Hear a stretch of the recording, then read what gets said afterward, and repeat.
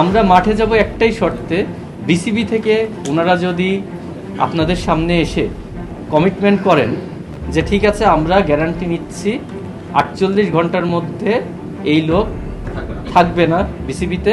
সূর্য ডুবলো, মিরপুরে অন্ধকার নেমে এলো।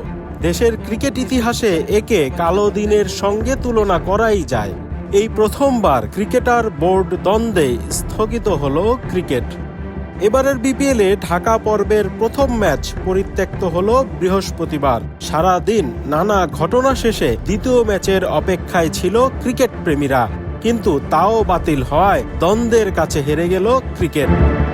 বৃহস্পতিবার দ্বিতীয় ম্যাচে রাজশাহী ওয়ারিয়র্স ও সিলেট টাইটান্সের অপেক্ষায় ছিল বিসিবি, কিন্তু ক্রিকেটাররা বোর্ড পরিচালক এম নাজমুল ইসলামের পদত্যাগ দাবিতে অনড় থাকে। ততক্ষণে এই পরিচালককে বোর্ডের অর্থ বিভাগ থেকে অব্যাহতি দেয় বিসিবি।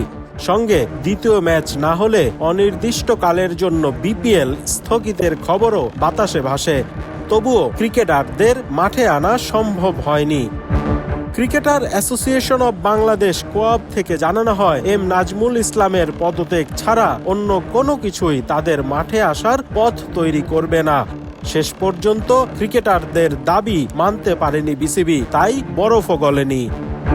বুধবার ক্রিকেটারদের নিয়ে এম নাজমুল ইসলামের কিছু মন্তব্য পরিস্থিতি গরম করে দেয়। ক্রিকেটাররা কোনোভাবেই তা মেনে নিতে পারেননি। বিপিএল দলগুলোতে খেলা কোয়াবের সদস্য ক্রিকেটাররা একত্রিত হয়ে বিপিএল বয়কটের ডাক দেন। বুধবার রাত থেকে ক্রিকেটারদের সঙ্গে আলোচনা চালিয়ে যাচ্ছিলেন বিপিএল গভর্নিং কাউন্সিলের সদস্য ইফতেখার রহমান মিঠু। বৃহস্পতিবারে হোটেলেও হয় আলোচনা, কিন্তু ক্রিকেটারদের দাবি তাদের কাছ থেকে সময় চাওয়া ছাড়া আর কোনো সমাধান দিতে পারেনি বোর্ড।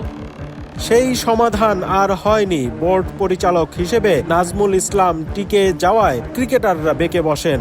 তাদের প্রশ্ন, এর আগে এক রাতের মধ্যে ফারুক আহমেদকে বোর্ড প্রধান থেকে সরিয়ে দেওয়া হয়েছিল, তাহলে এখন একজন পরিচালককে কেন সরানো যাচ্ছে না?